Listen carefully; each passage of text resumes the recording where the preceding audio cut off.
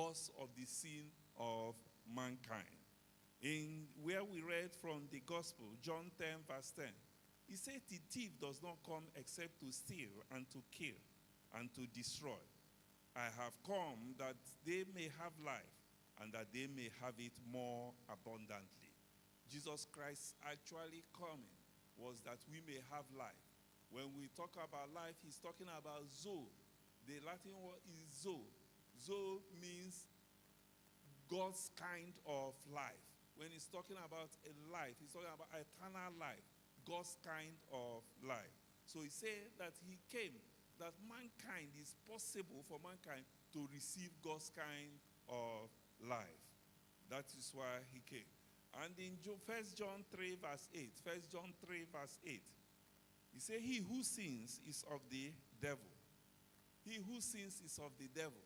For the devil have sinned from the beginning. He said, for this purpose the Son of God was manifested, that he might destroy the works of the devil. So he makes it clear here that all that Satan and his cohorts have been doing is to cause man to sin. And because of it, man have sinned and have been in sin. But that Jesus Christ coming is to break that yoke of sin, is to cause man to have life once again. That man will not die because of his sin. That is why Jesus Christ came. In Hebrews 2, verse 9, it makes it more explicit. Hebrews 2, verse 9. He said, but we see Jesus, who was made a little lower than the angels, for the suffering of death crowned with glory and honor, that he, by the grace of God, might taste death for everyone. You see it here clearly, that he tasted death for everyone.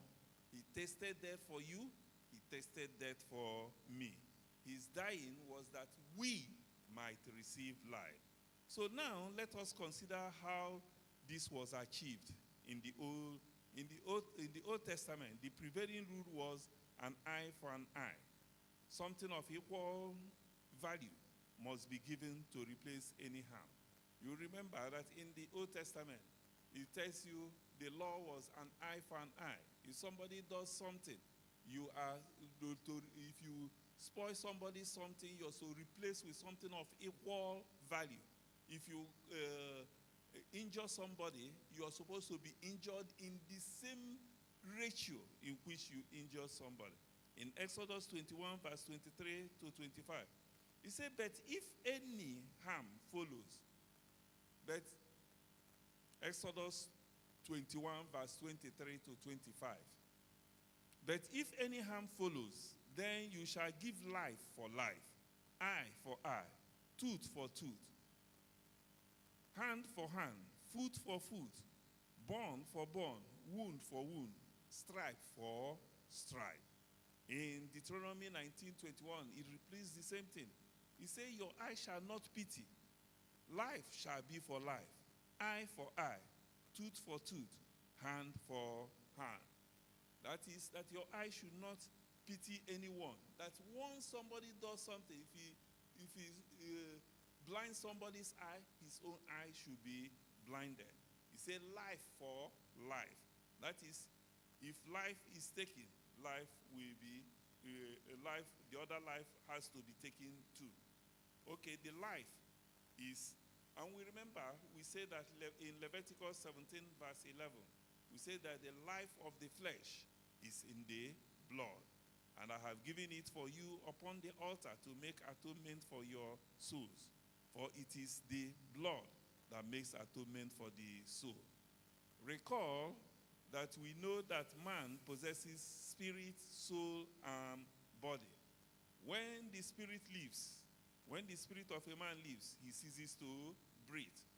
When the soul leaves, his body, his blood no longer flows, because the soul, that is the life of the flesh, is in the blood. So when the soul leaves, his blood no longer flows. When the blood is shed, life, that is life, is given up. And so when Jesus Christ's blood was shed, his life was given up. How did Jesus pour out his life? How did Jesus pour out his life? We notice that he poured out his life in several places. If you count all of them, it's in 7. He poured out his life when he was given the stripes at his back. Blood poured out. 1. 2, when he was the